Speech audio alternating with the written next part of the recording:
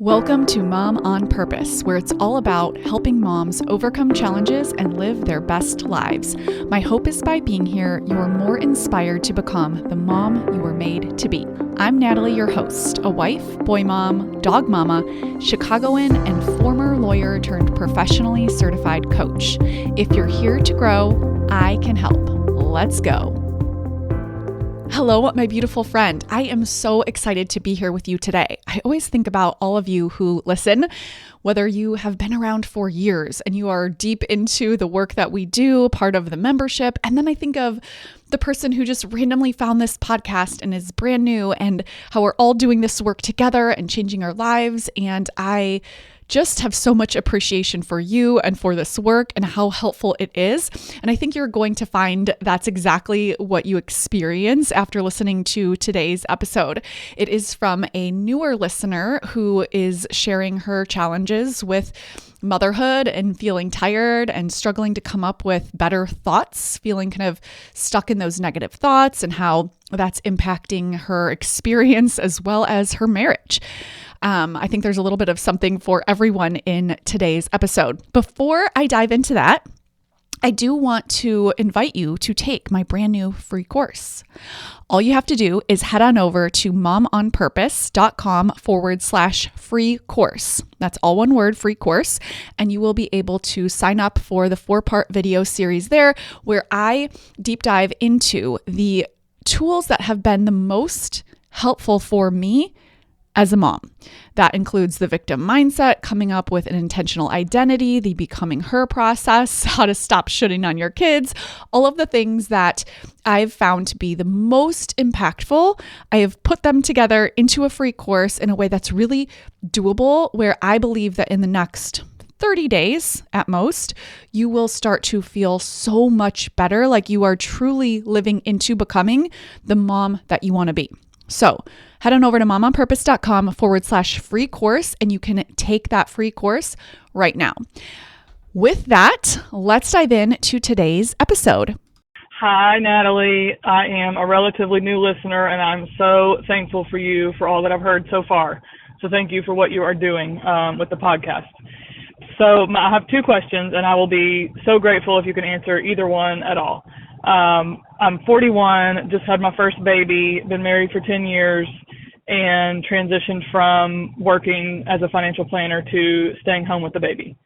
So most of my struggles are around that. But my first question is what to do when you can't come up with the next believable thought. Example is when the baby won't go to sleep, all I can think is, why can't you go to sleep? You're tired, go to sleep. What's wrong with you? And I can't seem to come up with anything helpful as my next thought when situations like that happen. And then the second thing is I'm not sure what to do when I can't sort out my thoughts and feelings about a situation. Example is my husband and my relationship has been struggling since we had the baby, and I've been staying home with the baby and quit my career. And I can't really seem to pinpoint what our struggle is. I can't seem to sort out my thoughts and feelings to talk about it or sort through it in my brain to help. Anyway, any advice you have, I will be eternally grateful. Thank you so much for what you're doing. Let's dive into the first question, which is what to do when you can't come up with the next believable thought. So this is actually a thought. I can't come up with a next believable thought. Anytime you say you can't do something specifically that you want to do, it's going to feel very stuck. When you feel stuck, it creates a lot of inaction. A very simple way to shift out of this way of thinking is to add a qualifier word like yet. So instead of saying to yourself, I can't come up with a next believable thought, simply shift to, I haven't found the right next believable thought for me yet. Or I haven't figured out the next believable thought. Or I can't come up with it yet. Anytime you sort of add some momentum to the stuck thought, it gets you out of feeling stuck. So saying I can't come up with the next believable thought is going to block you from any creativity. If you say I haven't figured out what the next believable thought is going to be yet, that's going to open you up to possibilities. So even the kind of summary of your experience of trying to do this work, if that is creating inaction and stuck, notice that and just intentionally shift out of it. Like, oh, coming up with the next believable thought is harder than I thought, and that's okay. I'm still figuring out this work. I'm new to this work. I can keep trying. Do you see the difference there? It's so important. I think that's a really important distinction that'll be really helpful for so many people listening. So let's now dive into the actual specific example here. One of the thoughts that you gave was, why can't you go to sleep? With respect to your baby. Whenever your brain offers you a thought that is a question, answer that question, right? Because you're really not asking the question from curiosity. You're not sitting there wondering like, I wonder why this baby can't sleep. Do you see how that's very different? The way that you're saying it isn't from curiosity. It's actually kind of like a little bit of a whiny mom tantrum, I call them, like, oh, this baby should go to sleep. And they're not. Or the question, what's wrong with you? What is wrong with the baby? Nothing. The baby is just being a baby. And so when your brain is offering you kind of more stuck thoughts, like this shouldn't be happening is essentially the title of the story. The baby should be sleeping more. The baby is doing it wrong. The baby shouldn't be like this. All of those thoughts are rejecting reality. And the problem with that is it's not helpful for you. And it also obviously doesn't change anything with the baby. And so what I just want you to see is that whatever is happening, the quicker you can get to acceptance, the better you will feel. You'll still feel tired, but it won't be so miserable.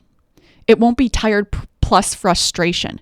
It won't be tired plus irritation. It won't be tired plus resentment. It'll just be tired. So I want to give you some next believable thoughts that you can try on just to see what's possible here. What I like to do whenever I think something was going to go a certain way and it doesn't, I like to remind myself that I was wrong in like a very fun, playful way. Like, oh, I thought my baby was going to sleep all night. I guess I was totally wrong about that. Or we just, for me personally, we just did the 3-day potty training method a couple months ago. And I'm like, who marketed this? This is not 3 days, right? I'm like, I thought it was going to be a 3-day event. It is much more of a process. And, now we're sort of on the other side of it mostly. But I just told myself, instead of this shouldn't be happening, this should only take 3 days, I just told myself thoughts like, oh, I guess I was wrong about that. It's not a 3-day event. So in your example, instead of there's something wrong with the baby should be sleeping more, which are the answers to the questions, why won't the baby go to sleep and what's wrong with you? Shift into, oh, I was wrong. I thought my baby was going to sleep more. I guess not. I can offer my baby sleep, but I can't make them sleep. What I like to do for next believable thoughts with predictable circumstances, so whether that's a season of potty training, whether that is a season of your baby waking up in the middle of the night, whether it's a season of your spouse coming home irritated at work, if you know that you are going to be in a set of circumstances that are pretty predictable, we'll go with the baby waking up at night for this example, come up with thoughts where you expect that to be the case. So I think on default, what the brain does is kind of do the opposite, like hope and just pray that the baby sleeps through the night. And what that does is it sets you up for kind of resistance and rejecting what the reality is. So I suggest doing the opposite with next believable thoughts. Create thoughts like, I expect my baby to get up 5 or 6 times tonight. I'm planning on being tired. I can be tired. It's harder than I thought, and that's okay. Do you see how those thoughts are much more grounded in acceptance and reality? I know I've talked about this on the membership. I'm not sure if I've talked about it on the podcast, but I like to play around with imagining that I won the lottery. So if you were getting up in the middle of the night and you got a phone call that you won the lottery, you would still be just as tired, but you probably would have lots of other positive emotions. And the reason that this is a helpful mental exercise is it shows you that you have the capacity to both feel tired and feel some positive emotion. So notice that there is the part where your body is physically tired, and that is valid, but that's going to be there as long as you want to be a mom who wakes up with your child in the middle of the night. So let's not be tired and frustrated. Let's not be tired and annoyed. Let's not be tired and irritated. Let's be tired and content. Let's be in acceptance of it. And I think one of the best ways to do that with Next Believable Thoughts is to expect it. This is the season I'm in. I thought my baby was going to sleep a lot more. I was totally wrong about that. My baby is going to get up 5 or 6 times tonight. That's what I'm expecting. Another Next Believable Thought is to remind yourself that you want to be getting up with your baby. I know it seems like you don't want to. It seems like you want to be sleeping, but you could sleep. If you physically think about your agency to act, there is no one forcing you to get out of bed. You are using your agency to get out of bed and to get up with the baby. So the truth is that you want to get up with your baby more than you want to sleep, because you want to be a mom who gets up when your baby cries for you in the middle of the night. Telling yourself that truth can be really empowering to see that you're actually doing what you want to do. And then what helps me is just the follow-up thought. I want to do this, but it's just a lot harder than I thought. So you still validate your experience, but you're not blaming the baby. You're not like a victim of the baby's lack of sleep. Do you see the difference there? So circling back to how you originally framed this question when you were kind of asking, what do I do when I can't come up with a next believable thought? I gave you a lot of options here, but I promise you, for you and everyone listening, the more you practice this work, the more your brain will be able to produce new, better, believable thoughts for you. I like to give the analogy of like a handstand in yoga or baking a cake or something that requires some skill and some repetition. So you can watch a video of how to do a handstand, but it's going to take some reps before your body is actually able to do the handstand. Or, I like dance classes, so I can watch a video of a dance, but it's going to take me some repetition to actually be able to do that dance. I can watch a video or read a recipe about how to bake a cake, but I have to get in the kitchen and bake that cake probably multiple times before it's the way that, I want it to taste. And in the same way, you're building this skill. Another example that I like to give is teaching a kid how to ride a bike, right? You can demonstrate it for them, and it's so easy for you, but until they practice and skid their knee and fall again, eventually they'll get it, but it does take that learning process. It's the same with doing this work. And that's why I love having the membership. If you're not in there, that's fine too. You can do this on your own. It's just like you don't have that support system or kind of that feedback all of the time.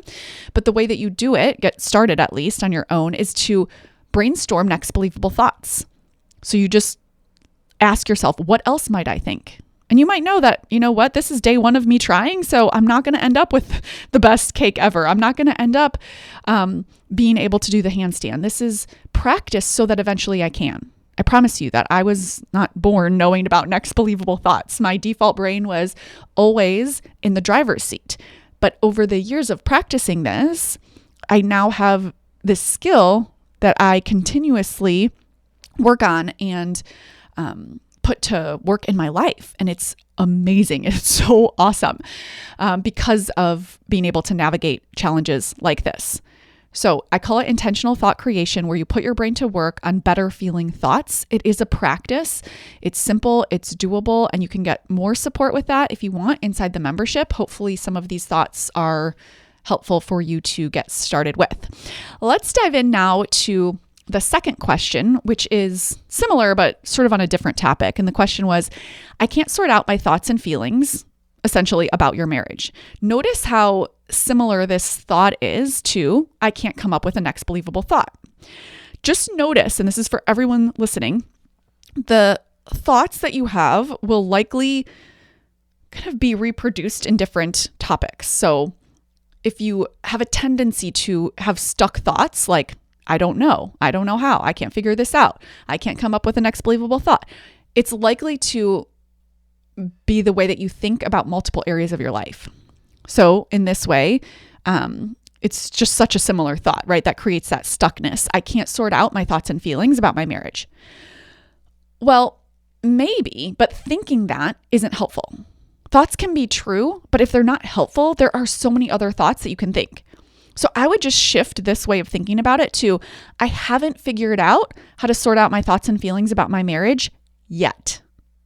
Such a simple shift, but it again gives you some momentum and it opens you up to possibilities and puts your brain to work on that versus kind of shutting it down and just saying like, well, I can't do it, right? You can, it's just maybe harder than you thought, or you don't have that skill set yet, but you're working on it. Do you see how there's that difference there? With something like marriage, it can seem like this big, vague problem that involves another person. But really, it's all about what's going on for you because that's what you have control over. So make it really simple and go inward. Ask yourself, what is the feeling that I'm feeling?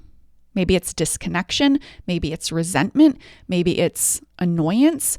Maybe it's worry. Maybe it's fear. Maybe it's anger. Maybe it's frustration. I don't know, but it'll be a one-word emotion that you feel when you think about your marriage. And then ask yourself, what are some thoughts that are leading me to feel that way? Now, your brain is going to think that what you are about to say are the facts, but you can do a brain dump. We call it a thought download in coaching, and you can pull out the difference between thoughts and facts. This is kind of what we do inside the membership. But you're probably most likely going to be telling a story that is 95% with thoughts. So the facts are you have a spouse, you both have a baby. The facts will be like really boring. Does your spouse work? You live in a home? Like there will be some other facts in there, but most of the narrative, certainly all of the story that is creating the feeling will be thoughts because thoughts create feelings. Now, again, your thoughts might be true thoughts, but if you're describing your marriage as struggling and you want to quote unquote pinpoint what the struggle is, it's really important that you notice what you're thinking. You also used the word our in your voice message. And it's so important. This goes for all of you navigating challenges with someone else, whether it's a challenging relationship or your marriage or whatever, that you take ownership of your part. So with coaching, I like to say, we're not going to talk about our struggle because it's already going to disempower you because you're going to try to quote unquote get on the same page or try to control him. And it sounds so lovely and it doesn't work. So we're going to focus back on you and just get some awareness around the story you're telling about your marriage. So I know that you're telling the story that we're struggling since we had the baby. Is that the story you want to tell? Now, I am not suggesting to go to, it's been amazing since we've had the baby. I'm not suggesting you do that at all. But I don't know if we've been struggling since we had the baby is the way that you want to think about it. Alternatively, you could come up with 5, 10, 25 different ways of thinking that still feel true for you, but create more of a connection, resilient, strong energy. So for example, if this was me, I might come up with a story title or thought, next believable thought, like transitioning to having a baby in our marriage has been harder than I expected, and that's okay. I'm figuring out how I want to show up as a wife with a new baby and transitioning to being a stay-at-home mom. Do you see how that gives you so much more ownership over your part and tells the story of working through this sort of challenge in your marriage? So notice that the way that you talk about the story matters. Something else that we do in coaching to kind of quote unquote pinpoint what the struggle is, like you're referring to, is to get really specific. If you're talking about your marriage in general, it creates this like vague problem, and that's why it's hard for you to pinpoint what the struggle is. So you want to just take a micro example and take a look at your thoughts and feelings.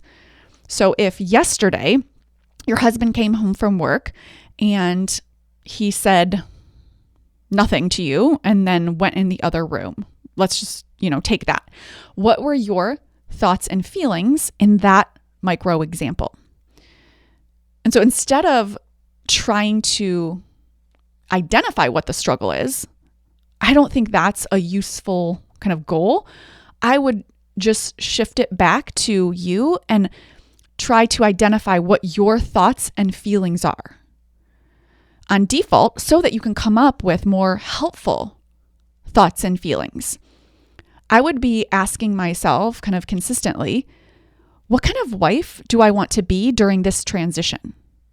What do I want to do differently? What do I want to keep doing? Am I meeting my needs? Am I getting my needs met? Do I need more support? What is it that's going on for me? The more you take ownership about what's going on for you, the more empowered you'll be to show up as the wife that you want to be. And this doesn't mean you're going to be smiling and happy and, all of these things while you're sleep deprived and going through this transition. It just means that you'll have that resilience. You'll feel so much more connected and empowered. And that is available 100% through the work that you do. It does not take two. It does not take him. So part of this is not mirroring him and not expecting your partner to be a certain way. Just like with the baby, when I suggested having those next believable thoughts like, oh, I thought my baby was going to sleep, but I guess I was wrong about that. My baby is going to get up in the middle of the night multiple times. You can do the same work with your spouse. Oh, I thought my spouse was going to be more helpful when we had a baby. I guess I was wrong about that. Now what? Who do I want to be? You can make requests of your spouse, but doing that from love and connection and staying in your thoughts and feelings and actions is where your power is. Now I want to shift into giving you some final tools and ways of thinking about everything that you're going through. I really like to think of transitions as periods of time that will end. On default, your brain wants to kind of project what's happening now into forever. And we hear this from, seasoned moms who say, oh, it just goes by so fast, right? And when you're in it, you're like, okay, yeah, but also I'm really tired and I need a nap. So to kind of help yourself through that, it's reminding yourself, I'm going through a transition right now. And transitions are hard because of the way that the brain likes certainty. It likes consistency. So you were married for 10 years. You worked as a financial planner. Your brain knew how to do that really well. And you now are transitioning to being a stay-at-home mom with a baby. Of course it's hard. And maybe it's just harder than you thought. Again, it's like, oh, I guess I was wrong. This is the part where this transition is hard, and that's okay. Hard doesn't mean bad. Hard just means hard. But when you tell yourself, I got me, I can validate my feelings, and I can do hard, it won't be such a problem that it's hard. You will recognize it as a transition. So, it's like whenever I have a new baby, I'm like, oh, there's this transition period that we go through, that I go through, that our family goes through. And I expect that. But I also know that it will end. There's also some identity work here that you can do.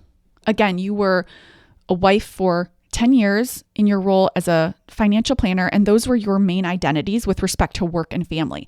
And now you have this new identity as a stay-at-home mom, as a mom, and as a wife who isn't working. And so thinking for yourself, who do I want to be wearing these new hats?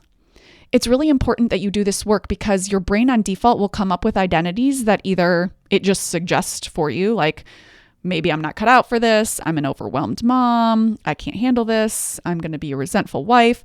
Or it might be that someone else offers it to you. Maybe your husband says something off the cuff and you take that on as an identity. Either way, I think creating your identity on purpose and allowing space for you to feel your feelings is really important. So you live into who you want to be still while allowing space for the negative emotion. So it's, I feel tired. I feel exhausted. I feel irritated, and allowing space for those feelings, but telling yourself who you want to be. I am an amazing mom and a really amazing wife. And I'm a connected, fun, flirty wife, even though this season has been harder than I expected. Come up with those thoughts that feel true to you based on who you want to be. That is really the work for all of this with respect to transitions, becoming a new version of yourself, which you're doing, and that's awesome. You just want to take more control over it with your prefrontal cortex. So you feel like you're creating your life instead of being at the effect of your life. Make sure that you also give yourself grace and compassion and gentleness. So with the self-loathing and the self-pity and like feeling like you're at a victim of motherhood, that sometimes is helpful to give yourself some of that stronger, tougher love. Like, I am capable. I can figure this out. This is just harder than I thought. But there's also the part of it that I call like the softer love, where you do want to validate your feelings and say, I got you, love. I'm doing this. This is hard. And that's okay. It's okay to feel this way. And so you have this like yin and yang of the type of love that you want to give yourself. All possible and available to you. You are doing a great job, my friend. Use these tools and it will make a world of difference. For everyone else listening, be sure to call into the private podcast hotline at 8333-ASK-NAT. That's 833-327-5628. I would love to answer your question on an upcoming podcast. Just so you know, it is anonymous so long as you don't leave your name. And as soon as you call, it goes directly to voicemail. So I will only be the one checking it. No one's going to answer the phone. You just briefly leave your message, just like you've been hearing on the podcast. And not only do you get an entire podcast dedicated to your question, but it also benefits so many other women and moms in this community. I love you, my friend. Thanks so much for being here, and I will talk with you next week. Take care. Thank you for being here and listening. Now head on over to momonpurpose.com/coaching to learn more about the Mom on Purpose membership, where we take all of this work to the next level.